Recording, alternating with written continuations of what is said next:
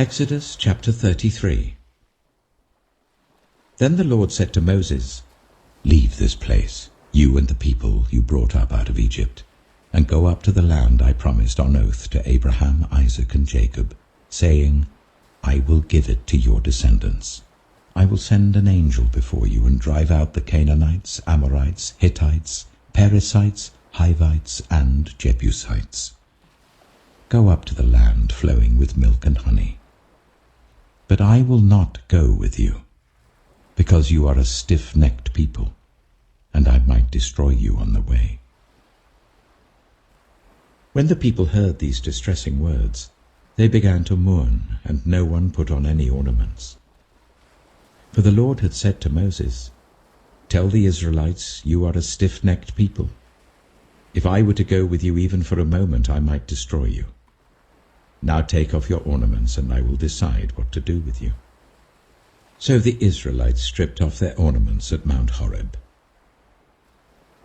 Now Moses used to take a tent and pitch it outside the camp some distance away, calling it the tent of meeting. Anyone inquiring of the Lord would go to the tent of meeting outside the camp. And whenever Moses went out to the tent, all the people rose and stood at the entrances to their tents, watching Moses until he entered the tent. As Moses went into the tent, the pillar of cloud would come down and stay at the entrance while the Lord spoke with Moses. Whenever the people saw the pillar of cloud standing at the entrance to the tent, they all stood and worshipped, each at the entrance to their tent. The Lord would speak to Moses face to face, as one speaks to a friend. Then Moses would return to the camp, but his young assistant Joshua, son of Nun, did not leave the tent. Moses said to the Lord, "You have been telling me, 'Lead these people.' But you have not let me know whom you will send with me. You have said, 'I know you by name, and you have found favor with me.' If you are pleased with me, teach me your ways, so I may know you and continue to find favor with you. Remember that this nation is your people." The Lord replied, "My presence will go with you, and I will give you rest." Then Moses said to him, "If your presence does not go with us, do not send us up from here. How will anyone know that you are pleased with me and with your people unless you go with us? What else will distinguish me and your people from all the other people on the face of the earth?" And the Lord said to Moses, "I will do the very thing you have asked, because I am pleased with you, and I know you by name." Then Moses said, "Now show me your glory." And the Lord said, "I will cause all my goodness to pass in front of you, and I will proclaim my name, the Lord, in your presence. I will have mercy on whom I will have mercy, and I will have compassion on whom I will have compassion. But," he said, "you cannot see my face, for no one may see me and live." Then the Lord said, "There is a place near me where you may stand on a rock. When my glory passes by, I will put you in a cleft in the rock and cover you with my hand until I have passed by. Then I will remove my hand, and you will see my back, but my face must not be seen." John chapter 12. 6 days before the Passover, Jesus came to Bethany, where Lazarus lived, whom Jesus had raised from the dead. Here a dinner was given in Jesus' honor. Martha served, while Lazarus was among those reclining at the table with him. Then Mary took about 1/2 liter of pure nard, an expensive perfume. She poured it on Jesus' feet and wiped his feet with her hair, and the house was filled with the fragrance of the perfume. But one of his disciples, Judas Iscariot, who was later to betray him, objected. "Why wasn't this perfume sold and the money given to the poor? It was worth a year's wages." He did not say this because he cared about the poor, but because he was a thief. As keeper of the money bag, he used to help himself to what was put into it. "Leave her alone," Jesus replied. "It was intended that she should save this perfume for the day of my burial.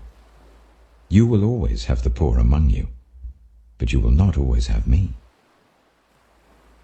Meanwhile, a large crowd of Jews found out that Jesus was there and came, not only because of him, but also to see Lazarus, whom he had raised from the dead.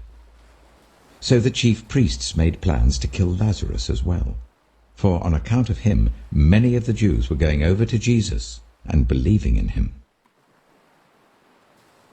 The next day the great crowd that had come for the festival heard that Jesus was on his way to Jerusalem. They took palm branches and went out to meet him, shouting, "Hosanna! Blessed is he who comes in the name of the Lord! Blessed is the King of Israel!" Jesus found a young donkey and sat upon it, as it is written, "Do not be afraid, daughter Zion. See, your king is coming, seated on a donkey's colt." At first, his disciples did not understand all this. Only after Jesus was glorified did they realize that these things had been written about him, and that these things had been done to him. Now the crowd that was with him, when he called Lazarus from the tomb and raised him from the dead, continued to spread the word. Many people, because they had heard that he had performed this sign, went out to meet him. So the Pharisees said to one another, "See, this is getting us nowhere. Look how the whole world has gone after him." Now there were some Greeks among those who went up to worship at the festival. They came to Philip, who was from Bethsaida in Galilee, with a request. "Sir," they said, "we would like to see Jesus." Philip went to tell Andrew. Andrew and Philip in turn told Jesus. Jesus replied, "The hour has come for the Son of Man to be glorified.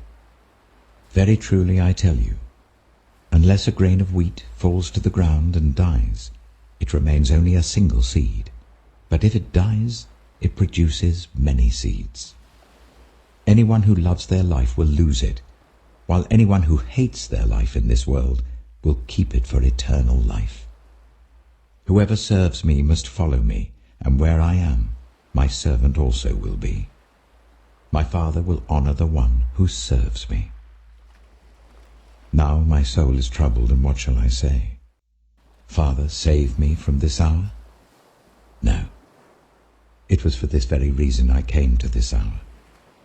Father, glorify your name." Then a voice came from heaven. "I have glorified it, and will glorify it again." The crowd that was there and heard it said it had thundered. Others said an angel had spoken to him. Jesus said, "This voice was for your benefit, not mine. Now is the time for judgment on this world. Now the prince of this world will be driven out. And I, when I am lifted up from the earth, will draw all people to myself." He said this to show the kind of death he was going to die. The crowd spoke up. "We have heard from the law that the Messiah will remain forever. So how can you say the Son of Man must be lifted up? Who is this Son of Man?" Then Jesus told them, "You are going to have the light just a little while longer. Walk while you have the light, before darkness overtakes you. Whoever walks in the dark does not know where they are going. Believe in the light while you have the light, so that you may become children of light."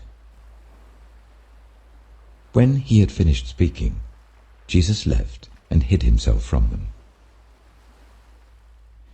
Even after Jesus had performed so many signs in their presence, they still would not believe in him. This was to fulfill the word of Isaiah the prophet. "Lord, who has believed our message, and to whom has the arm of the Lord been revealed?" For this reason they could not believe, because, as Isaiah says elsewhere, "He has blinded their eyes and hardened their hearts, so they can neither see with their eyes nor understand with their hearts, nor turn, and I would heal them." Isaiah said this because he saw Jesus' glory and spoke about him.